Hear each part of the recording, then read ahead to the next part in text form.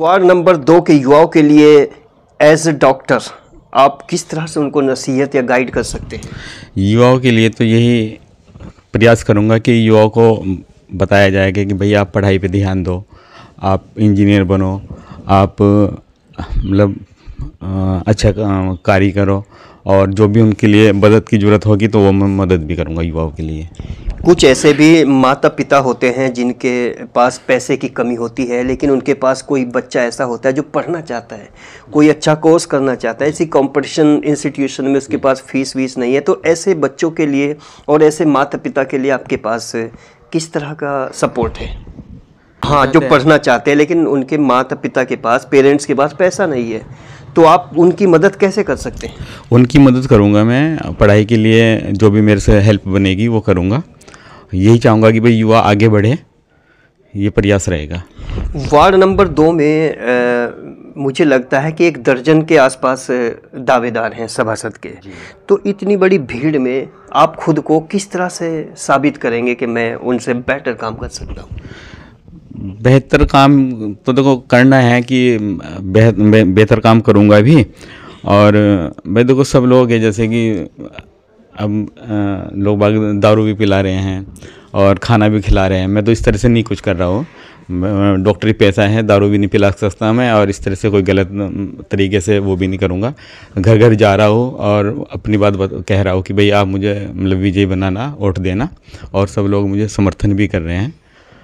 ऐसे भी बहुत सारे कैंडिडेट्स होते हैं जो लालच देते हैं तरह तरह के, क्योंकि आप नीयत से साफ एक डॉक्टर है, आप किस तरह से उस लालच को तोड़ोगे वोटर्स के लिए जो बड़े बड़े लालच डालेंगे अपने अपने वार्ड में, अपने अपने वोटर्स के लिए? नहीं, मैं तो यही कहूँगा, देखो भाई सब लोग मुझे जानते ही हैं कि मेरा व्यवहार कैसा है, कैसा मेरा नेचर रहा है, और 27 साल से मैं प्रैक्टिस कर रहा हूँ, और भाई मैं अच्छा लग रहा हूँ, मतलब आप जनता को लग रहा है कि हाँ भाई डॉक्टर दिवाकर ठीक व्यक्ति हैं, तो ठीक है वोट दे दीजिए।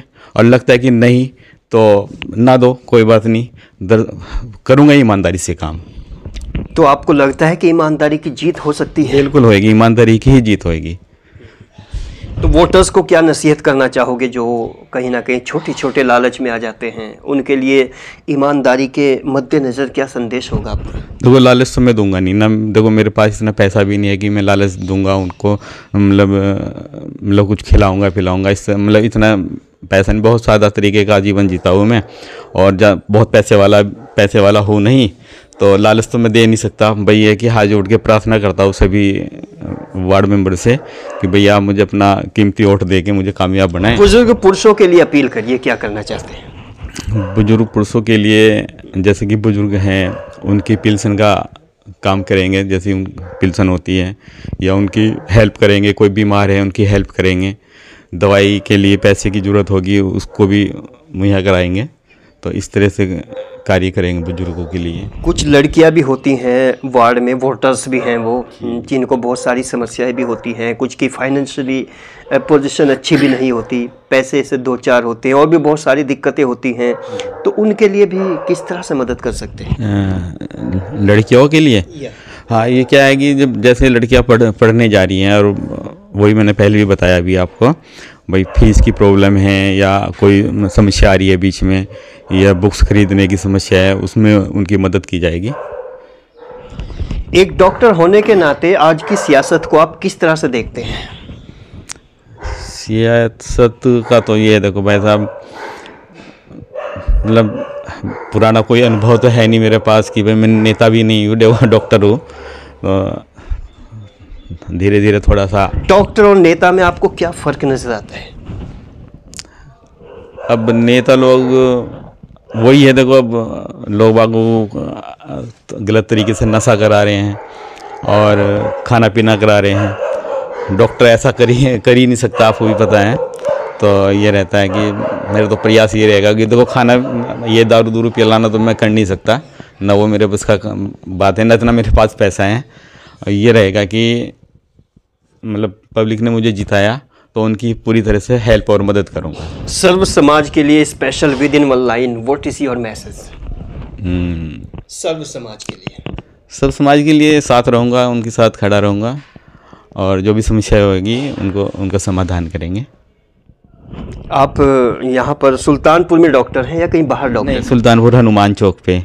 हनुमान चौक हाँ पे। जी, हाँ जी। तो एज ए डॉक्टर आपको लोग बहुत अच्छे से जानते हैं जी अब एज ए मेंबर आप लोगों के पास जाओगे जी तो ये जो बदलाव लोग महसूस करेंगे और आप महसूस करेंगे जी। तो इसको बताएं किस तरह से आपको, जैसे आपने नॉमिनेशन किया, पहले महज एक डॉक्टर हुआ करते थे, नॉमिनेशन के बाद आप एक कैंडिडेट के रूप में आए हैं, तो लोगों से जब आप मिलते हैं अब आप किस तरह की फीलिंग्स का एहसास करते हैं? दरअसल क्या है कि मैं मतलब यही था कि जो कार्य अधूरे कार्य पड़े हुए हैं उन्हें करने का एक मन में आया कि मतलब इलेक्शन लड़के उन्हें जीत के और जो भी अधूरे काम हैं उनको पूरा करना है। तो इस वजह से ही मैं और मतलब जैसे मोहल्ले में या जो भी मेरे जानकार थे बहुत लोगों ने मुझे कहा कि डॉक्टर साहब आपके पास ये ऐसी सीट आ रखी है, लड़ लो। मैंने शुरू में तो मना भी किया, फिर भी सब लोगों ने कहा। जिन लोगों ने आपको मोटिवेट किया है उनकी मंशा और नीति क्या थी? उनका यही था कि देखो आप अच्छे व्यक्ति हो, आपको हम काफ़ी दिनों से जानते भी हैं और आपका व्यवहार भी बहुत बढ़िया है, आप लड़ो, आपके साथ हम खड़े रहेंगे। और इस पर आपने उनको क्या इस तरह का कोई जवाब नहीं दिया कि अच्छे व्यवहार की कभी कभी कदर भी कम होती है, या आपको लगता है कि अच्छे व्यवहार की ही जीत होती है? अच्छे व्यवहार की जीत होती है, मैं मानता हूँ, मैं तो ऐसा ही मानता हूँ। कितने % उम्मीदें लग रही है वार्ड नंबर 2 से आप विजय घोषित हो सकते हैं? जो रिस्पॉन्सेज आ रहे हैं वोटर्स के, आवाम के, जनता के। नहीं जी, तो ऊपर वाले ने चाहा हो ही जाएगी, क्योंकि मतलब बहुत लोग हैं मेरे साथ और पूरा समर्थन भी कर रहे हैं। वार्ड नंबर 2 से दिवाकर डॉक्टर, जिनकी आस मोहम्मद से नज़दीक से, क्लोज से उनके चेहरे की मासूमियत और इंसानियत को दिखाइए।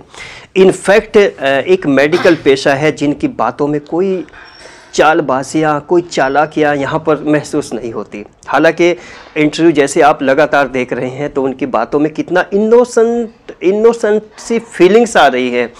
इनफैक्ट वो कोई पॉलिटिकल प्रोपेगेंडा नहीं जानते, कोई सियासी हुनरबाजियाँ उनमें नहीं हैं, और ऑनेस्टी और ईमानदारी से वो इस वार्ड नंबर 2 में कुछ करना चाहते हैं। अब डिपेंड करता है यहाँ के वोटर्स पे, यहाँ की जनता पे, यहाँ के अवाम पे कि वो ईमानदारी को चुनते हैं या चालबाजियों को चुनते हैं।